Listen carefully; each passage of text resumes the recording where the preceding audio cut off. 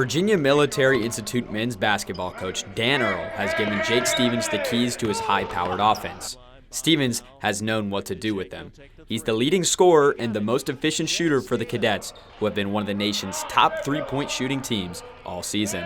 What's it like playing under Coach Earl and playing in that system where it just get to the three-point line and shoot? Yeah, it's fun, man. It's fun. I mean, as a basketball player, there's not much better things to do than shoot and see the ball go in, and we do that at a pretty high rate.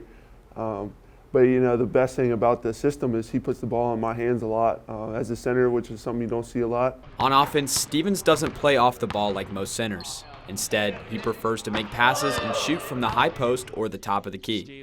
He's been neck and neck for the team lead in assists with sophomore guard Trey Bonham all season. It's probably one of the more rewarding things is when you make a pass that somebody didn't see and they end up with an open shot.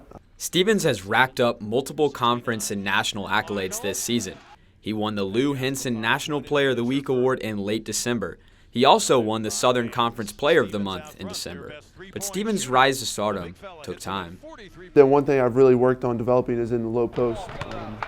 Coming into college, it wasn't something I was great at and didn't have great footwork. So, just being more comfortable down there has been a huge development of mine. Stevens has also grown into one of the conference's best defenders. He averages over 2 blocks a game and has learned to stay out of foul trouble.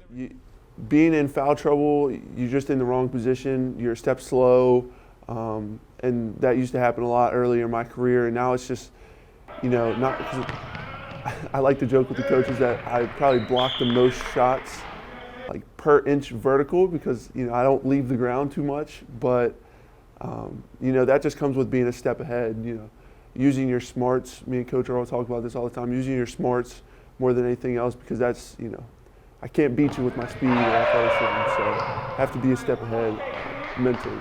Stevens will be the first to admit that there's a secret that's not so secret to his success. He was listed at 6'8" his freshman year. He's grown an inch every year since. He now stands at 6'11". Are you going to be staying at 7 feet next year? I mean, I'm stretching every night, hanging upside down, trying to do my best to get there. I don't think that will hurt anything at all. How has that size helped your game as you've progressed through your career? It's been huge. I mean, there's no secret about it. I've been lucky, in different ways, but that's been probably my biggest one is just been able to grow into my body a little bit more.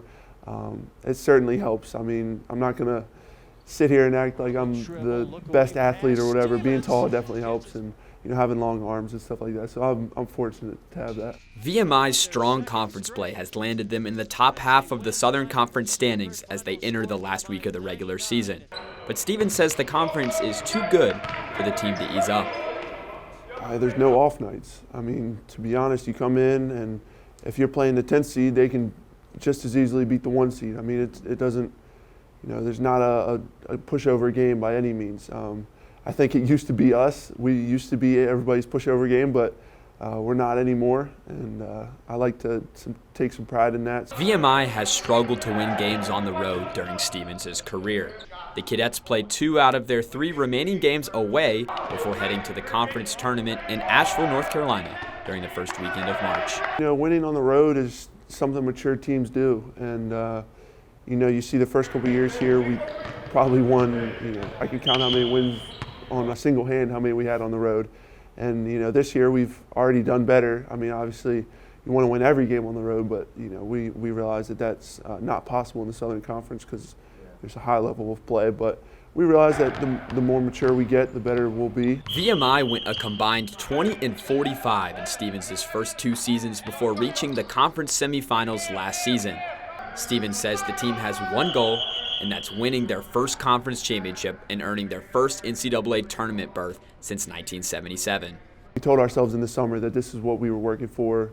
We weren't necessarily too worried about November, December. We're playing for March and on. The Cadets trekked down to Birmingham but suffered a heartbreaking overtime loss last night to the Sanford Bulldogs by a final score of 100-99.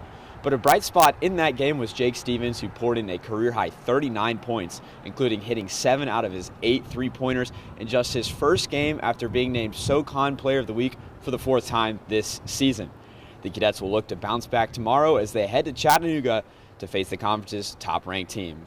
Reporting outside of Cameron Hall, I'm Jack Hunter with the Rockbridge Report.